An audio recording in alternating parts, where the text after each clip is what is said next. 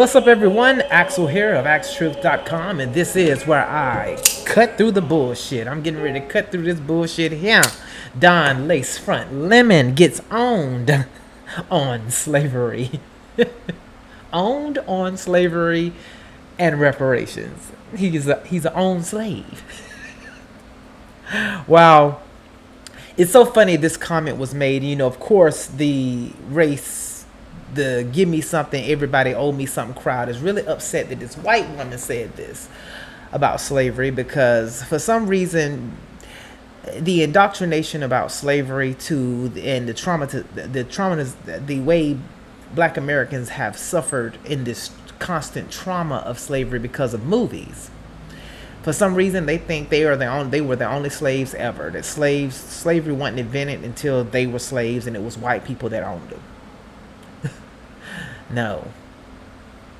Africans rounded up slaves and sold them. Black people owned slaves. Everybody owned slaves. Every land that was conquered and they lost. When people got conquered, their people went into slavery. That's just the way the time period was. So nobody owes nobody anything for slavery. But for some reason, the FBAs, the Foundation of Black Americans, and the ADOSs think the race pimps got some kind of way of separating themselves off in these kind of little groups and thinking that we gonna run around here and do the banana. They still playing the banana in the tailpipe with their low IQ followers who keep following these race pimps, thinking they finna get some reparations if they keep begging and whining and crying long enough. You're not getting it. It ain't happening. Stop asking for it. And stop funding these people who are laughing their way to the bank because they know you're not getting it. Don Lemon brings this shit up with this woman on CNN, and she basically shuts him down. He has nothing else to say. I think that Lacefront, he probably was sweating bullets up there that was about to come loose. All video, sound, and music used during this broadcast falls under fair use. Fair use is allowed for the purpose of criticism, news reporting, teaching, and parody, which doesn't infringe on copyright under 17 U.S.C. 107. So here it is.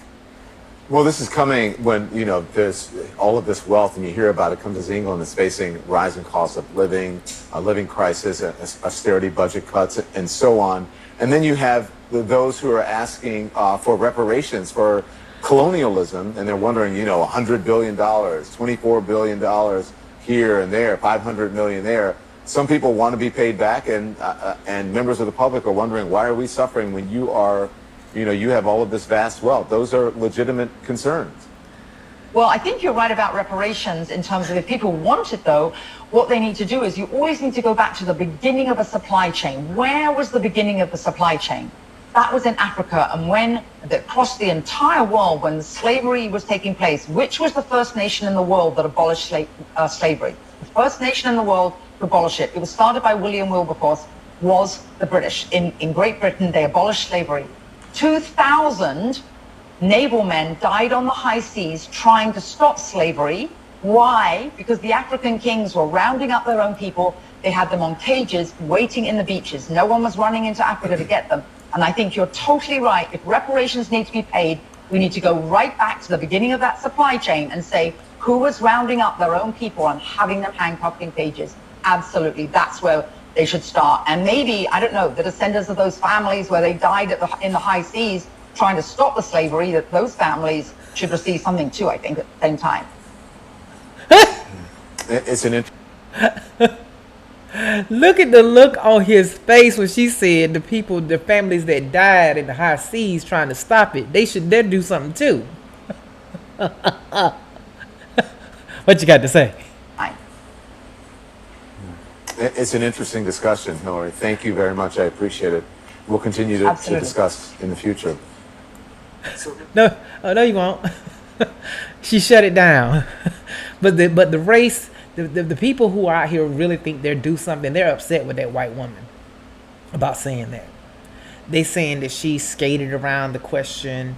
No, she didn't. She answered it. She said, "You, if we gonna start with who is responsible for this, let's start where it begins in the supply chain, where they were being rounded up by their own people and sold into slavery. But if you want some kind of recompense for this shit, if you think you're due something, number one, it'd be hard to even figure out how that money, where the money's coming from. Number one, who's gonna pay it, and then how to distribute it. See, the sad part about this is with these shines, with the American shine, they act like this reparations thing is something that their need is going to just straighten out everything that's going on. That's all they need is a little bit more reparations. Some reparations. They need a little bit give me something, government, give me government handout something. We've done that. They've done that already. They've done more than enough of that. And it doesn't help. The more they give, the more they take, the more nothing works.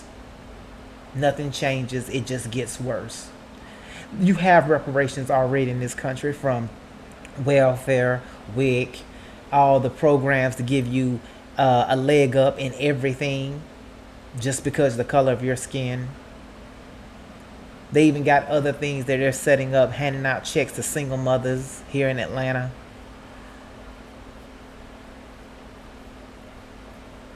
But Thomas Sowell, I like how what he said about, I'm going to play a brief little thing. Thomas Sowell, I was not privy to him as a liberal when I was a liberal.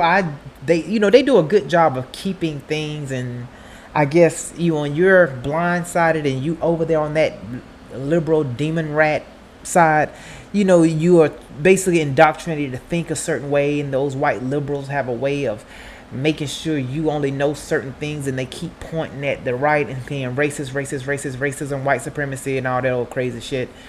And Thomas Sowell, I like what he says about this reparations right here. It would be nice to know his evidence for what he said, just to be old-fashioned about it. No, it was a rotten system. But I don't know how we get from that to reparations. I mean, what we see in the United States in terms of the bad things, you see all around the world. If you were to give reparations to everyone whose ancestors had been slaves, I suspect that you would have to give reparations to more than half the entire population of the globe. Slavery was not confined to one set of races. I suspect that most of the people who were either slaves or slave owners around the world were neither white nor black. I mean, this was a universal curse of the human species. Africa, the Middle East, Asia, slavery took place everywhere. And it continued elsewhere long after it was abolished in the Western countries. Right. Let me try. We have slavery going on today, child sex slavery, human trafficking. And that's worse than slavery, any kind of slavery we ever had in history, what's going on now. But we don't talk about that because they ain't made a movie about it. They ain't call it Roots, 12 Years a Slave, Amistad, and all that old crazy crap that Hollywood put out here for these shines to suck up and get mad about and think all white people are all white people are bad and have this outlook on. But those movies are put out to keep the racial divide up. That's what they're for. They're not for anything other than to keep blackie mad at whitey. To have a chip on their shoulder all the time about the color of their skin, to create a racial inferiority complex. And that's what they have. Now, the FBAs and the FBAs, the Foundational Black Americans, and the ADOSs, that's just another separate group of what are race pimps that decided now we have to really, with the influx of immigration, all these people of color. See, when they did that to them, see, they socked it to them. The Democrats did that. Them black Democrats that y'all vote for, them black Democrats that tell y'all you got a seat at the table. Now y'all people of color. People of color goes to every person that's non-white. That's how special you are. And that's how much they're working for you. You're not colored. At one time they called black people colored. I don't know what year when that was all going on, but they called them colored at one time. Then they was black, then African Americans. That was from Jesse Jackson's mess. And now they're back to people of color. Well, Raphael Warnock was asked here in Atlanta, about reparations by this really educated black man who's sucked up and all running around. He must be sucked into this. We gonna keep asking these Democrats. The party that was for slavery and segregation and all that, and they created the KKK. That's the party that's going to give y'all some reparations. You already got reparations, and that's called welfare, Section 8. Anything any government handouts that they're giving to minorities, that's reparations. Okay. But this video is going around, and the FBAs and the ADOS is upset because he quickly shifted gears and talked about equity and universal equity. My question is, it seems that we're always dealing with the symptoms of the problems instead of the bigger issues. And it seems that's one of the issues that could kind of fix all the issues is talking about reparations. And we don't talk about reparations enough in this country. And the last that I checked, the House had gotten the HB 40 past committee. And as far as I can tell, that's where it stopped. And I know you're in the Senate, so I'm not sure what you can do about that. But I did just wonder what you could do to further that cause in America right now. So there is a bill to study the issue of reparations. Here's what I'm for: equity and opportunity. And I wake up every day fighting for that. And I do it in such a way that I think benefits all of us. But when you look at the issue of health care, for example, if we can get Medicaid expanded, it would help all of us if we could get Medicaid expanded, if we could get a fix. But it would have a disproportionate impact on communities of color because the disparities are so great. When we invest in jobs, when we invest in infrastructure, when we invest in a whole range of these things, when we deal with the expanded child tax credit,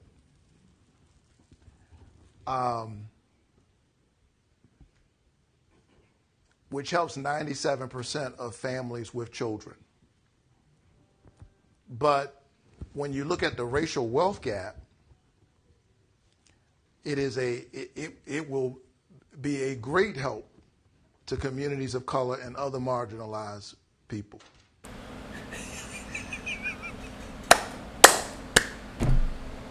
I gotta give it to him. Them Obama talking points, them same old dyed in the woods talking points, they keep giving these shines. Equity. We can just expand Medicaid and the child tax credit, and it's going to help all people of color and other marginalized groups. See, you're not special. See your shine. They telling you right there. How much do you got to see? You heard Master Joe say it. You better learn to get along with these Hispanics because it's more of them than it is of y'all. Master Joe already said that. I called it out a long time ago. I said now their civil war on the plantation is going to be between the mamacitas and the mammies. And the mamacitas going to win. Because it's more of them than it is of y'all. See, this reparations thing, y'all ain't going to get it. These race pimps know it. They doing the banana in the tailpipe, and y'all are the monkeys on the hamster wheel.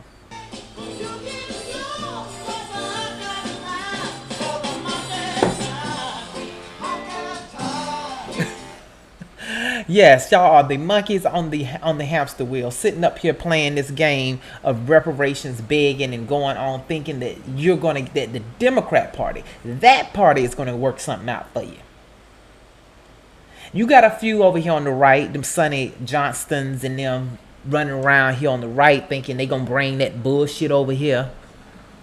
On the right thinking somebody finna sit around and think about funneling some more gimmies some more government handouts to the black community, like that's gonna fix things. You're not gonna get it. You ain't getting no reparations. Gonna get it, never gonna get it, never gonna get it, never gonna get it, never gonna get it, never gonna get it, never gonna get it. Nope, not getting it. But let me put a cherry on top of this, because I gotta put a cherry on top of this when I say something about, people of color. They didn't put y'all in a people of color and other marginalized groups. Y'all all together now. All brown is the same. Black and brown. Y'all are the black and brown community. It ain't just blacks no more. But Tariq Nasheed and, the rest of them, the Yvette Carnells and them, got them separated. Oh, we got to get away from these immigrants. These immigrants are coming over here. Well, they're here. And your party, the Democrat Party that pays for, the Soros, them that pay Yvette Carnell to do all that stuff just to get black people to still vote Democrat.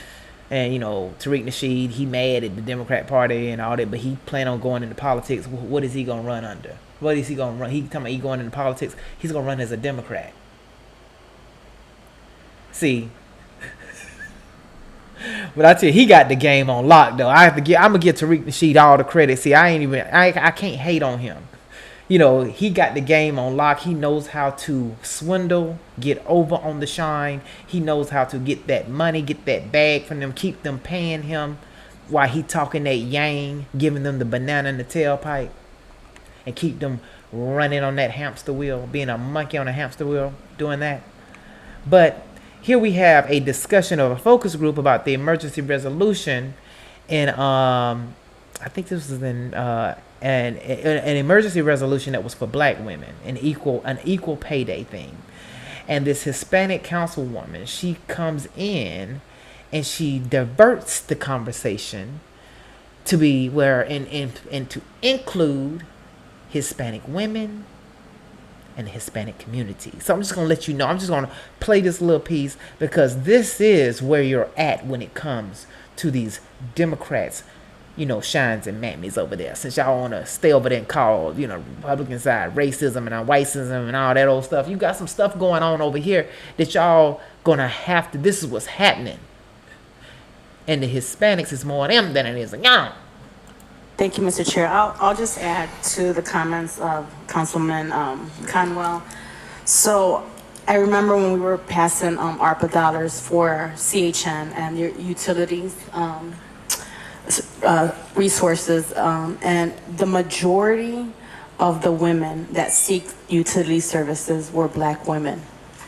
And so black women are not building equity, and they're struggling. And so I asked my colleagues to support. We need to invest in our black and brown community. I always said a healthy woman is a healthy community. Yes. And so this is a start in increasing pays for our women. And I will also add, as part of Hispanic Heritage Month, is that Latina women are making 55% of what white non-Hispanic men make. Now let's add the undocumented immigrants that are being oppressed out there in these factories. So this is very important, and I want to... The undocumented, the people are not supposed to be here. Let's add them in too. See, this pot is getting split around over here. You see, you see what's happening? Thank my colleagues for supporting this piece. Thank you so much, Councilwoman Santana. And I believe that there is also a Hispanic women's equal pay day. And I hope that we are going to do a resolution for that as well. And then last but not least, I do have to give a shout out to Councilwoman House. She has been leading this effort, and she's been championing this, and we really respect her effort with the Black Woman Equal Pay. All right, thank you. Thank you, Mr. Chair. A shout out. We're gonna give you an old shout out, but don't remember to add us the Hispanic women in there too. We coming in, we got to get a piece of this, and we're gonna spread it on around, and then also the illegals, the undocumented, they got to get some too.